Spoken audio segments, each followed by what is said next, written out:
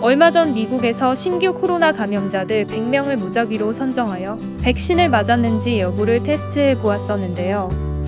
100명 중 무려 27명이 백신 접종을 2차까지 마친 사람들이었습니다. 바로 이른바 돌파감염인데요. 돌파감염이란 백신이 예방하고자 하는 질병의 예방접종을 한 접종자가 걸리는 경우를 말합니다.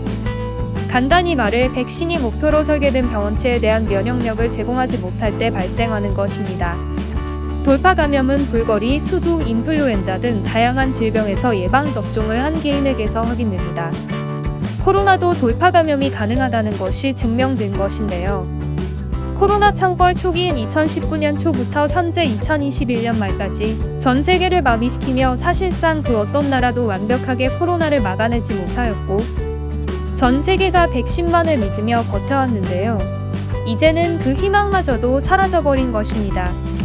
세계 접종률 1위 국가인 이스라엘도 발등에 불이 떨어졌는데요. 이스라엘의 접종 횟수는 총 1200만에 가까이 되었고 인구의 수는 거의 900만 명이니 거의 반 정도인 500만 명의 인구는 2차 접종까지 마쳤다고 봐도 좋은데요. 인구의 반 정도가 면역력을 가지게 되면 사실 집단 면역이 거의 형성되었다고 봐도 좋을 정도입니다. 하지만 아까 언급한 돌파감염 때문인지 아직도 하루 4,000명 정도의 확진자가 나오고 있습니다. 일반적인 코로나도 돌파감염이 나오는 상황인데 더욱 절망적인 사실은 코로나의 델타 플러스 변이 바이러스까지 나오게 되며 더욱 방역이 힘들어졌다는 사실입니다. 델타 플러스는 돌연변이가 백신의 효과를 무력화해 접종자에게도 돌파감염될 확률이 매우 높습니다. 또한 델타 플러스 돌연변이는 항체를 피할 수 있다고 합니다. 이제 거의 확실시되는 것은 백신을 맞아도 100% 코로나로부터 보호가 되는 것이 아니라는 것과 이렇게 변종이 나오게 되는 이상 모든 변종에 대해 백신을 만드는 것 또한 불가능한 것입니다. 하지만 이런 와중에 한국 과학진이 세계를 뒤흔들 만한 사실을 밝혀냈는데요. 여러분도 아시다시피 코로나가 무서운 이유는 코로나의 높은 치사율뿐만 아니라 감염자가 사망하지 않더라도 폐렴 증상과 폐가 섬유화가 되어 거의 폐 성능을 잃은 채 살아가야 하는 경우도 있기 때문인데요. 문제는 그 누구도 정확히 코로나가 몸에 전개되는 기전을 모릅니다. 바이러스에 대한 백신은 둘째로 치더라도 코로나가 어떻게 몸에 들어와서 어떻게 퍼지게 되는지 순서를 알게 되면 그 부분에서도 우리는 백신이 아닌 다른 방식으로 바이러스의 활동을 막을 수 있는 기회를 더 얻게 되는 것인데요. 바로 한국이 이 일을 해냈습니다. 한국 연구진이 코로나 바이러스가 비강에서 성모상 비세포에서 초기 증식 및 감염 증상을 일으키기 시작한다는 것을 밝혀낸 것인데요. 해외에서도 한국의 발표를 토대로 조사를 해보았더니 바이러스에 의한 성모 손상이 무시무시한 폐 손상을 야기한다는 내용을 담은 연구 결과가 있습니다. 두 내용을 합쳐보면 코로 들어간 바이러스는 산모세포의 단백질과 결합하여 증식하고 충분히 증식한 이후에는 방어를 담당하는 산모 가닥을 잘라내 기도 안쪽으로 들어가며 폐로 이동하는 것입니다. 또한 한국 연구진은 이뿐만이 아니라 폐 손상을 일으키는 면역세포와 그 기원까지 알아내었는데요. 이번 한국의 발견에 전 세계 의학계가 다시 한번 코로나 퇴치의 희망을 잃지 않게 해준 업적이라며 한국에게 고마워하고 있는 상황입니다. 또 이에 힘입어 한국형 코로나 치료제도 해외 언론에서 대서특필되고 있는데요.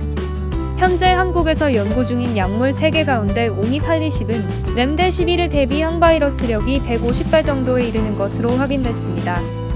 이렇게 전 세계가 2년 가까이 공을 들여 개발해놓은 백신의 돌파 감염이 확인되고 각종 변이 바이러스로 인해 전 세계 사람들이 이젠 정말 코로나에 굴복해야 하는 상황인가 절망하고 있는 상황에 이르러 다시 한번 한국이 코로나 돌파의 시발점이 되어 전 세계를 이끌려고 하고 있습니다.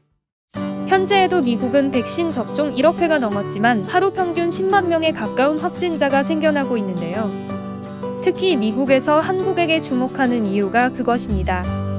미국 언론 및 네티즌들은 이번 한국의 연구 결과야말로 바이러스가 우리 몸에 작용하는 순서와 기전을 알아내었으니 백신과는 아예 다른 방법으로 감염증을 막아볼 수 있는 방법을 연구해 볼 수 있다고 대서특필하고 있습니다. 또한 백신은 수십 년의 연구기간을 걸쳐야 안전이 확인되는데요. 이번 코로나 백신들도 부작용으로 인하여 말이 많습니다. 하지만 이번 한국에서 밝혀낸 기전을 분석하여 항체가 아닌 다른 방식으로 코로나가 우리 몸에 작용하는 것을 막는 방법을 개발해낸다면 백신이 가지는 커다란 불안 요소를 하나 배제할 수 있는 것이라 특히 세계의 관심을 끌고 있습니다. 이번 연구 결과에 대한 해외 반응을 보시겠습니다. 나는 막연하게 바이러스가 몸에 들어오면 감염이 되는 것이다 라고만 생각했지, 사실 바이러스가 어떻게 인간의 몸에 파고 들어와 작동하는지까지는 생각해 본 적도 없다.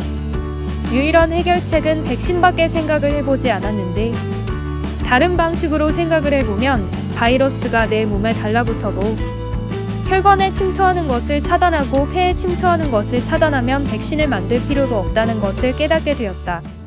지금이라도 늦지 않았으니 인류는 이미 돌파 감염을 들고 변종 바이러스도 막지 못하는 백신에만 열을 올릴 것이 아니라 한국이 발표한 것을 토대로 백신이 아닌 바이러스가 얼마도 작동을 못하게 하는 그런 방식으로 해결책을 찾는 것이 맞다고 생각한다. 백신은 처음부터 믿기 힘들었다. 보통 무언가의 백신이 개발되려면 수십 년에 이르는 방대한 양의 케이스 보고가 있어야 하는데, 예전부터 있어왔던 바이러스도 아닌 갑자기 2년 전에 생긴 근본 없는 바이러스의 백신을 딸랑 2년 만에 만들어낸다고. 물론 맞는 사람들의 의견은 존중하지만 나는 결코 백신을 믿을 수 없다. 이번 한국이 조사한 것을 토대로 백신이 아닌, 즉 항체가 바이러스와 싸우게 하는 방법 말고 바이러스가 내 몸에 달라붙더라도 활동을 못하게 하는 약을 개발하자. 동감한다.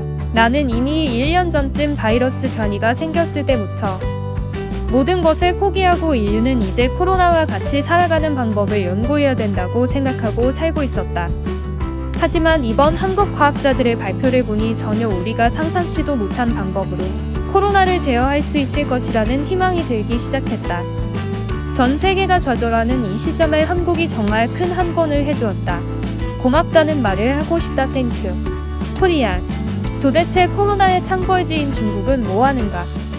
자기들의 실수로 전 세계를 혼란에 빠뜨려 놓고 한국처럼 코로나 탈취에 기여도 하지 못하고 만든 백신이라곤 백신 효과도 없는 그냥 이상한 약 아닌가? 나는 코타키나발루에서 관광업을 하는 사람인데 이젠 더 이상 버티기도 힘들어서 관광업을 그만두려고 한다. 중국 때문에 내 인생이 너무 큰 시련을 맞이하게 되었다. 중국은 일말의 양심이라도 있다면 전 세계에 배상을 해주고 한국 과학자들이 낸 성과를 감사하게 생각하며 한국 의료계와 과학계에 성금을 전달하여 그들이 더욱 연구에 몰두할 수 있게 도와야. 그게 중국이 유일하게 세계에 도움을 주는 일이다.